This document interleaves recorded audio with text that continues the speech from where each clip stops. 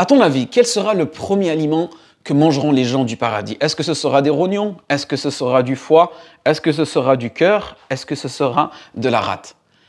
Abdullah ibn Salama, un érudit juif, veut tester le messager sallallahu alayhi wa sallam parce qu'il vient d'apprendre qu'il vient d'arriver à Médine. Il veut lui poser trois questions. Il veut dire, quel est le signe de l'heure? Quel est le premier aliment que mangeront les gens du paradis? Et pourquoi tantôt l'enfant il ressemble à son père et tantôt il ressemble à sa mère?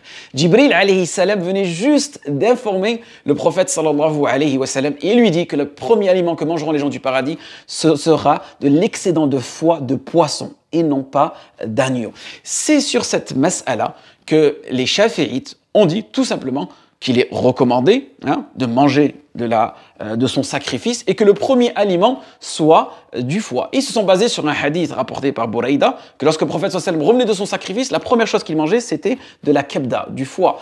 Mais certains savants ont dit que ce hadith était faible. Mais nous, on applique la sunna du messager sallallahu alayhi wa sallam, la sunna verbale et la sunna pratique, mais dans notre cœur, en aucun cas cela est un acte d'adoration.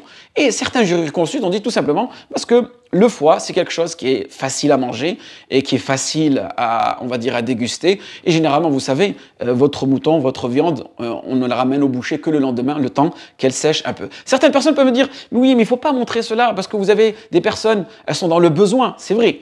C'est pour cette raison qu'il y a un lien dans ma bio. Si tu veux faire un don, si tu veux offrir toi aussi quelque chose aux nécessiteux, clique dessus et fais un don bi'idhnillah. Car vous savez que le jour de l'Eid, chez les musulmans, ce n'est pas un seul jour, mais c'est bien 2 jours, et voire même 3 jours. Et en plus, si certains pays, comme le Madagascar, par exemple, le Eid, eux, ce n'est que lundi, ça sera lundi, mardi, mercredi, et même peut-être jeudi pour eux.